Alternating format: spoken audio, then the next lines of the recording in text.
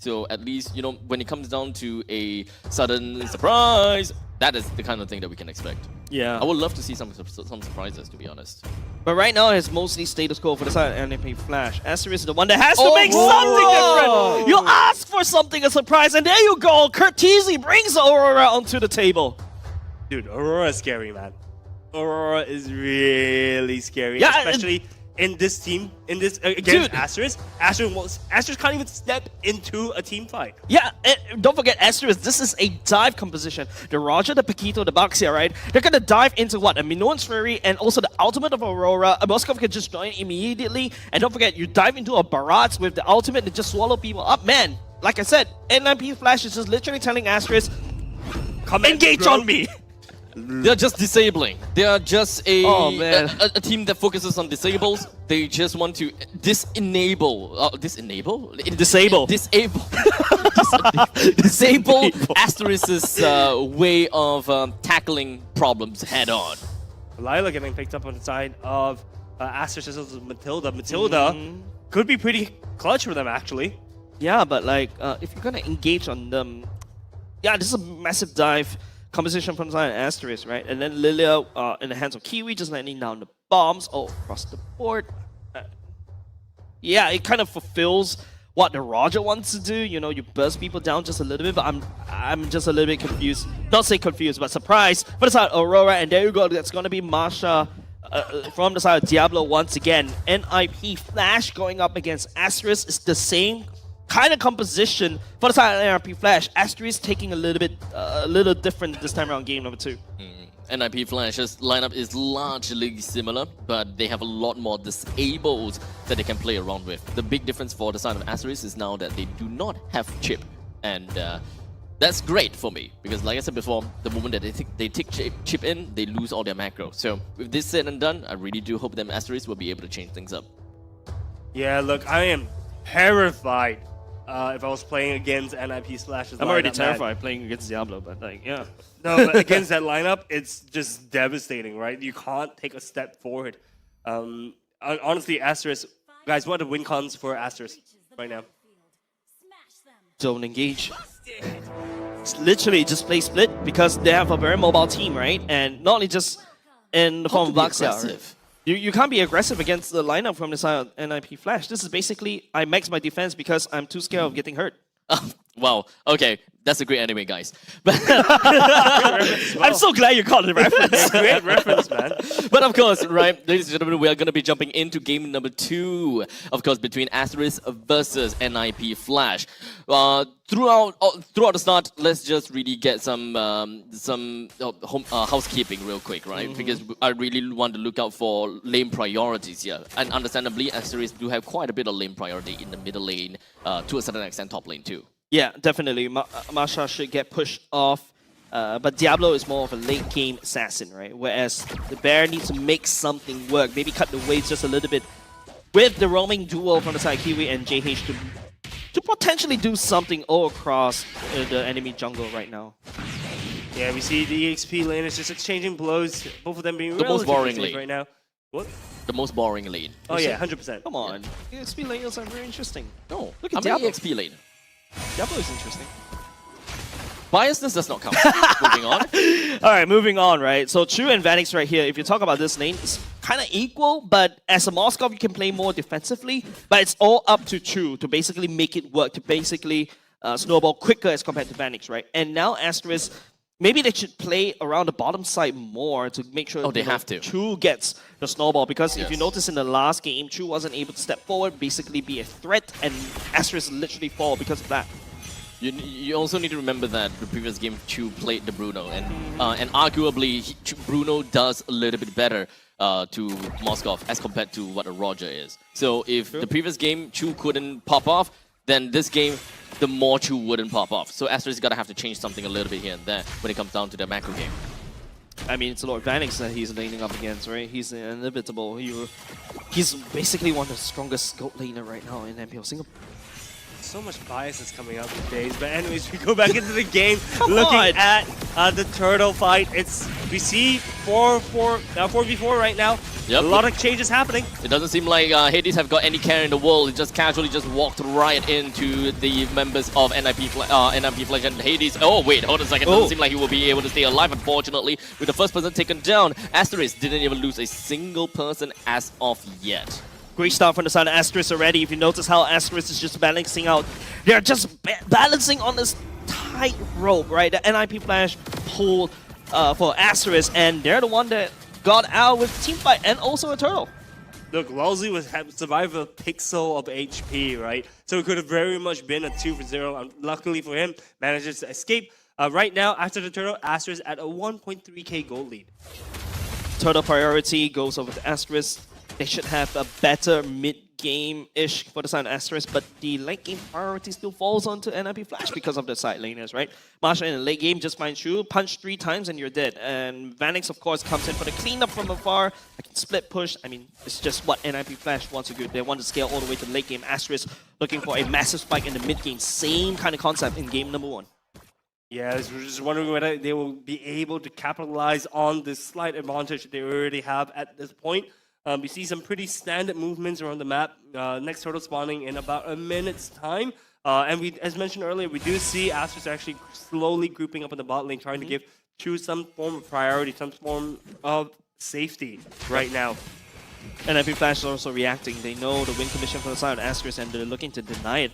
Losey stepping forward. The Concussive Blast doing a lot of work. Don't forget, the turtle is spawning in 40 seconds. There's no reason for both teams to be there.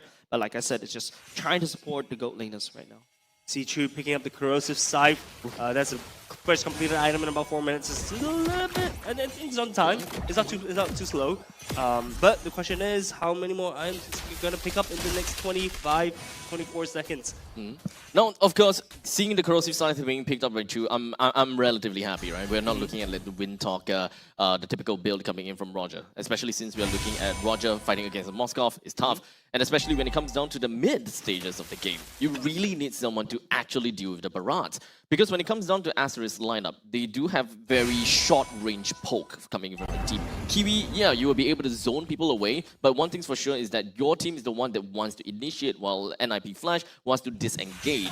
They have a lot of disables and controls against Asterisk, so we need someone that is in the back lines that can really work things out. The moment Chu actually goes for his normal Lycan form kind of battle and Lycan form kind of itemization, that's pretty much it for Asterisk. Yeah, and it makes Roger kind of flexible marksman, right? And that's the power of a Roger, and that's why he's being picked up as one of the favorite gold laners right now, right? You build a different item, his playstyle changes, and that's the beauty of Roger.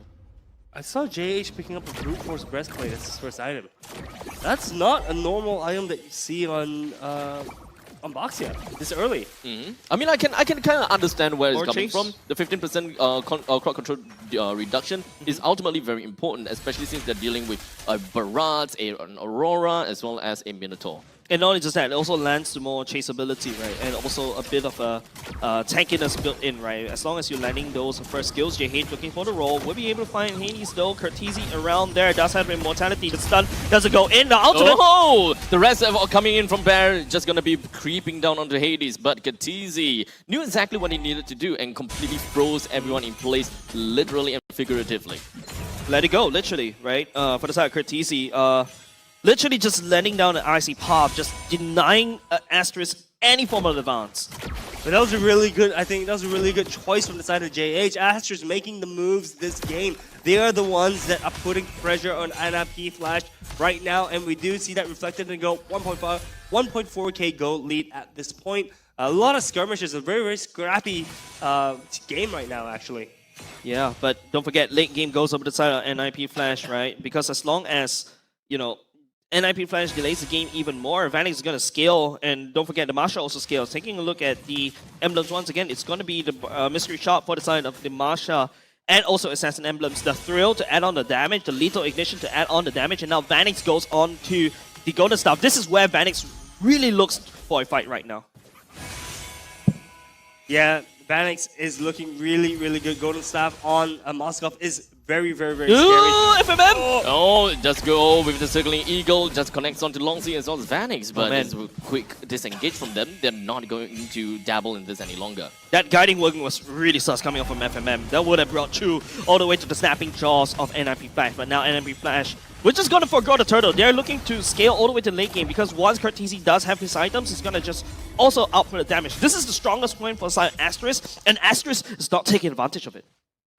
Not taking advantage of it because Npfl is turtling, right? They are playing very, very well. They know what objectives they need to take. They know when to pick the battles. Npfl is just trying not to get picked off. Asterisk, the time frame is closing in, is drawing ever so short at this point. They are all grouping up at the bot lane right now. Let's see if Asterisk is going to be able to pick off anything from Npfl. Now we have pretty much come into the mid stages of the game, and Asterisk, they have managed to get themselves one kill. Great, right? But we're talking about a Roger. And typically a Roger would require a lot more of a snowball in order to really pop off. But you don't require a snowball for a Roger to work. So that's the difference, right? At least when we are looking at the Holy Trinity that's being built up on the Roger, we can still definitely see the Roger try to do something against Hades, which could be one of the most important players and the most difficult player to deal with. Because Kiwi can at least still deal with Diablo to a certain extent, and we do have Bear that can jump onto Vanix. All of the main damage dealers would be dealt with, except for Hades. Except that he's not really a damage dealer, but his stomps are pretty painful. Yeah, we're 9 minutes in. None of the first tier turrets are down yet. We're going to go in the long run, guys. This is such This is going to be going long game. No, but you see, the longer the game goes, the better it is for Npfl, right? I think we talked about that quite a bit. But if you're taking a look at the items on the side of the gold laners, they both have 2 items completed. Both of them building up into that last part of the Holy Trinity. And it's very even across the board, man. It's 1k gold lead for Kiwi. That's what I see. Something interesting from the side of Kiwi is that he doesn't really prioritize on the ice cream. Oh, finally! 9 minutes, 30 seconds. First turret down. Wow. After a long time. First turret This down. game is actually really done slow. And coming in from Asterisk's side, they actually want to engage in battles a lot more. And just as I said, they're just going to be jumping themselves right down to Hades, hoping that they will be able to bring him down with just a sliver of health. He is just going to be slipping off the cracks of Asterisk, and that is such a big waste. Asterisk have wasted and used up so much resources just to try to bring Hades down. And now Kiwi finds himself in an unopportunistic moment and finds himself dead. Yeah, Kiwi pathing the right there doesn't make sense. But you can start to see what Asterisk is doing, right? Chu is actually keeping Vanix in check. Denying Vanix from joining Team Fight actually allows Asterisk just output the damage against Npfl. Don't forget, Asterisk does have a lot more consistent damage as compared to Npfl, which is mostly burst and that small little window. And you can see in a long team fight, Asterisk should be able to win this, but hold on a second, GH! In the middle and in the hearts of the enemies, he's just going to be nommed right down, and Hades also takes the Lord for himself. Chu did manage to bring Diablo down, while Bear on the other side brings Lawlessy down. So most of the main damage dealers coming from the side of Npfl is taken down, except for Vanix. They can definitely try to turn things around, but we're looking at 3 versus 5.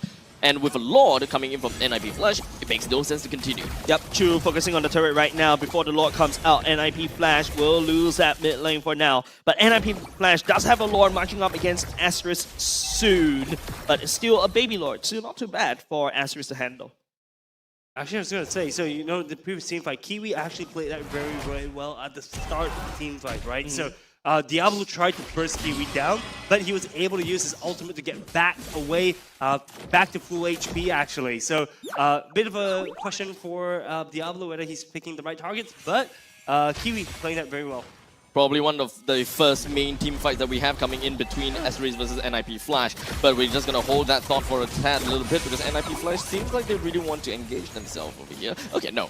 So, my original concern, Hades. That was always the concern. Is there anyone that can really deal with Hades? Because right now, what we saw from Asterisk is that they did manage to deal with Diablo before. But for now, JH, the guiding wind, gets himself away pretty fine and dandy over here. But they still don't have an answer to this big dinosaur, man. Yeah, I think the only answer for the big dinosaur is Chu, and that's why you go for the attack speed items. Don't forget, Chu in the human form does damage based on percentage HP, right? So that's basically a tank shredder. And once he's got Hades down low, he becomes more of an executioner. And now FMM, Vanix getting caught out of position just a little bit, dashes out of the way, burns the flicker as well to safety.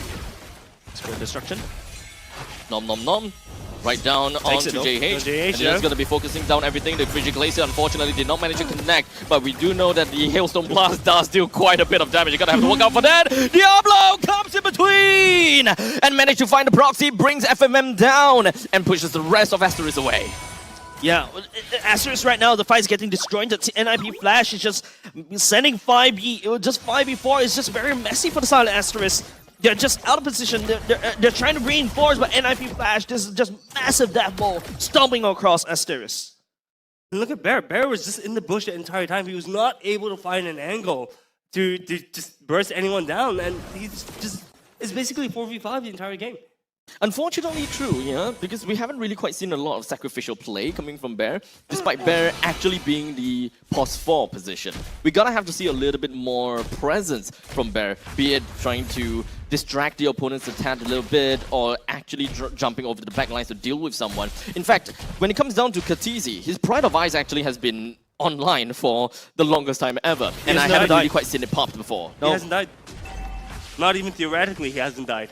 Yeah. You know, Cortese's positioning has been immaculate so far. You know, Aurora does not have a lot of movement at all. She's just walking all the time, right? Yep. So, honestly, immaculate plays from Cortese. Positioning is absolutely key when you're picking up this hero.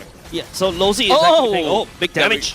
The big move comes on with the Detonus Welcome that lands onto JH and followed it up with Lonzy with the Minoan's Fury that lands on the 3. He's just going to be holding on to the fort for a long period of time. And while all of that is happening, Hades focuses on the Lord, brings it down, and hoping that they will be able to bring more people down. But with a quick little Purify from Kiwi, very fast fingers. Otherwise, that could actually be his own demise. Yeah, nice. Lozi is actually the MVP right here, man. NIP Flash.